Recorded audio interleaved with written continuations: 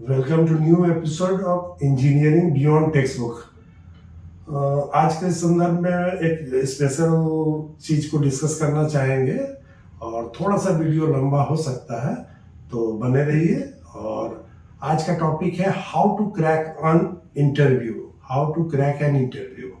एक इंटरव्यू को क्रैक करने के लिए एक इलेक्ट्रिकल इंजीनियर को किस चीज बातों का ध्यान रखने की आवश्यकता होती है। तो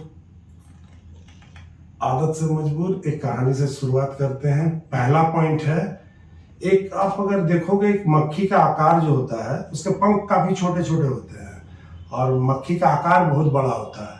तो एरोडायनेमिक्स प्रिंसिपल के आधार पर अगर आप देखोगे तो मक्खी का बॉडी वेट उस फ्लाई का जो विंग होता है उसको रिलेट नहीं करती है। मतलब अगर टेक्निकली कहें तो according to rules of aerodynamics principle एक मक्खी उड़ नहीं सकती है, पर मक्खी उड़ती है।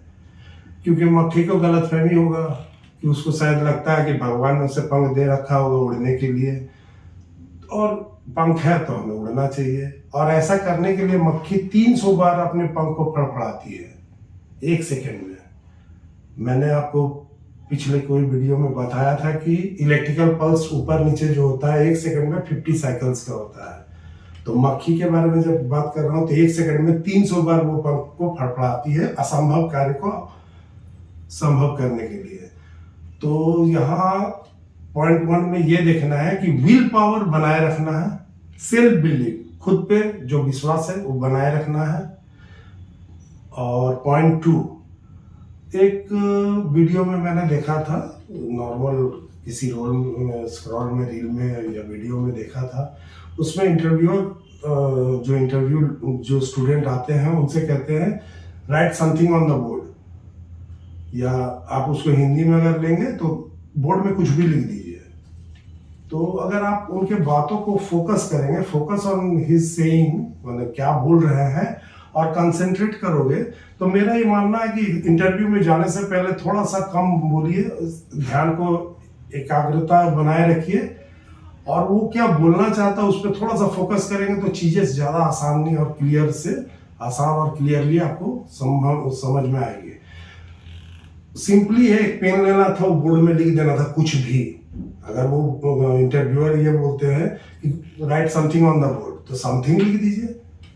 बोर्ड में कुछ भी लिख दीजिए तो कुछ भी लिख दीजिए। तो वो क्या बोलते हैं उस पर थोड़ा सा फोकस बनाए रखना है, और अगर हो सकेगा तो दिमाग को स्थिर रखना, कंसंट्रेट रखना, फोकस ऑन हिज सेइंग, वो क्या बोलना चाहते हैं। तीसरा number point, interviewer are the most superior personalities जो आपके सामने है, और whatever you are assuming, आप जितना सोच सकते हैं उससे भी ज्यादा वो सुपीरियर है।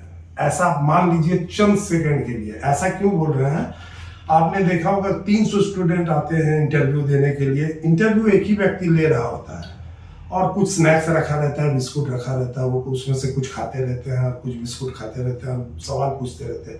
तो एक इंटरव्यूअर जो 300 स्टूडेंट को, मान लीजिए छोटे छोटे शब्दों में क्या करते हैं नहीं करते हैं, कहाँ पढ़े हैं नहीं पढ़े हैं, 10-10 सवाल भी पूछते होंगे, तो 10 मल्टीप्लाइड बाय 300, उतने सवाल उनके माथे में ऑलवेज एग्जिस्ट करते हैं।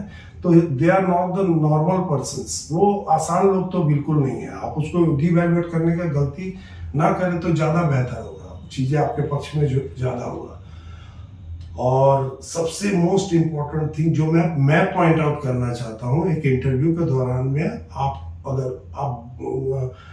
पहले आपसे पूछेंगे कहाँ से पास किए हैं, ये वो इंजीनियरिंग कहाँ से कर ली है, कितना ड्यूरेशन से आप एक्सपीरियंस ले रहे हैं, गैदर कर रहे हैं। वो फिर आपसे पूछेगा what you are doing now it is, मतलब आजकल आप क्या कर रहे हैं। तो इस शब्दों को जो है ना थोड़ा सा समझदारी से आंसर देने की कोशिश करेंगे।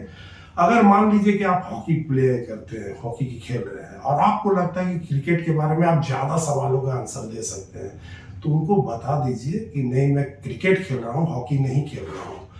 ये कोई सतयुग, त्रेता युग या द्वापर युग नहीं है। यू आर स्टेइंग और या एग्जिस्टिंग ऑन कलयुग नाउअडेज।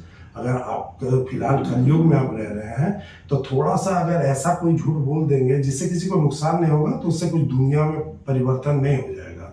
आप सिंपली ये कर लीजिए कि जैसे एक नॉर्मल बात मैं बता रहा हूँ कि अगर आप मान लीजिए किसी स्टूडेंट को पढ़ाते हैं और आपका मैथ्स में बहुत कमांड है, तो आप उनको ये मत बताइए कि फिलहाल मैं बेरोजगार हूँ। डिप्रेसिव वर्ड मायने रखता है, आपका इंटरव्यू के दौरान में बोले हुए शब्दों का हर बात का मतलब होता है। तो आप सिंपली ये कीजिए कि मैं तो अभी फिलहाल फिजिक्स के बच्चों को ग्रेजुएशन में पढ़ा रहा हूँ। तो इससे ये होगा कि बॉल ऑन योर कोर्ट एक शब्द है, तो जब बॉल आपके कोर्ट में होगा तो आप चाहे तो उसको क्रॉस कोर्ट मारिए, टॉप स्पिन मारिए, बैक हैंड मारिए, जो आपको मारना आप इच्छा से मार सकते हैं। तो आपको जैसे ही ये शब्दों का, तो आप वही चीज के बारे में बोलिए कि मैं आजकल यही कर रहा हूं जिसमें आपका 100% कमांड हो। क्योंकि मेरा ये मानना, हर एक आदमी स्पेशल होता है, हर इंसान एक स्पेशल होता है, और एक गुण हर इंसान में होता है कि वो सबसे बेहतर कर सकता है। जिस दिन आप वो गुण अपने आप में पहचान लीजिएगा तो everything is done that day, उस दिन आपका सारा काम हो जाएगा।